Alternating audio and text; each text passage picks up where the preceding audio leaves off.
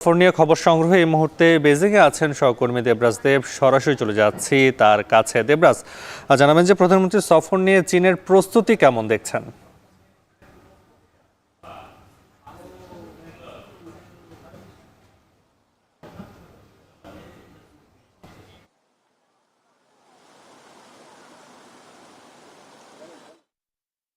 এই মুহূর্তে আমরা রয়েছি চীনের বেইজিং শহরে, যে শহরে আসলে প্রধানমন্ত্রী শেখ হাসিনা 4 দিনের যে রাষ্ট্রীয় সফর, সেই সফরে আসছেন।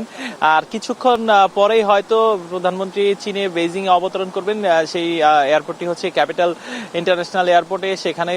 সেখান থেকে কিন্তু তাকে যে চীনের ভাইস প্রেসিডেন্ট তিনি তাকে স্বাগত জানাবেন, এবং সেইখানে কিন্তু বাংলাদেশের যে যিনি রাষ্ট্রদূত তিনিও থাকবেন স্বাগত জানাতে। এবং সেখান থেকে সরাসরি প্রধানমন্ত্রী কে বহনকারী যে গাড়িগুলো রয়েছে সেগুলো কিন্তু যে প্রধানমন্ত্রী যেখানে রাত্রি যাপন করবেন, অর্থাৎ সেন্ট রেজিস বেইজিং, সেখানে চলে যাবেন। এবং এই সফরের কিন্তু আগামীকাল এবং আগামী পরশু এই দুদিন কিন্তু মূল আসলে দিন, যে দিনে আগামীকাল যেমন প্রধানমন্ত্রী এই চীনে যারা বাণিজ্যিক যে নেতারা রয়েছে সেই নেতাদের সাথে কিন্তু একটি সেমিনারে অংশগ্রহণ করবেন।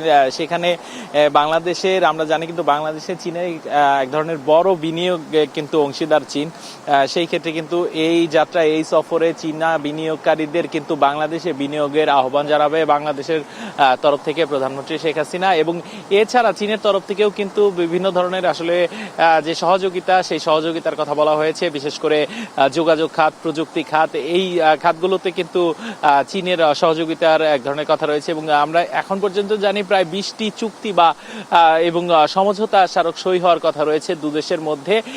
এবং আগামী পরশু দিন শি জিনপিং এর সাথে কিন্তু আপনার যে চীনের যে প্রেসিডেন্ট, তার সাথে বৈঠকের কথা রয়েছে। এবং সেই বৈঠকেই কিন্তু আসলে দুদেশের সম্পর্ককে আরো অর্থনৈতিকভাবে এবং যে আঞ্চলিক যে যোগাযোগ এবং আঞ্চলিক যে শক্তি বিশ্বের বুকে তৈরি করা, সেই সমস্ত ব্যাপারে কিন্তু দুদেশের মধ্যে একটা সহযোগিতাপূর্ণ যে বন্ধুত্বপূর্ণ সম্পর্ক, সেই সম্পর্ককে এগিয়ে নিয়ে যেতে তারা আরো নিজেদের আসলে যে কমিটমেন্টের জায়গা, সেই জায়গায় কিন্তু আরো দৃঢ় হবে বলে আমাদের বিভিন্ন সূত্রে আমরা জানতে পেরেছি। তো এবং বিশ্লেষকরা মনে করছেন, যারা বলছেন যে এই চীন বাংলাদেশের এই সম্পর্ক এবারের এই সফরে একটি নতুন মাত্রায় নিয়ে যাওয়া সম্ভব হবে বলেই মনে করছেন। তো চীনের বেইজিং থেকে আমার কাছে এই ছিল সর্বশেষ প্রধানমন্ত্রী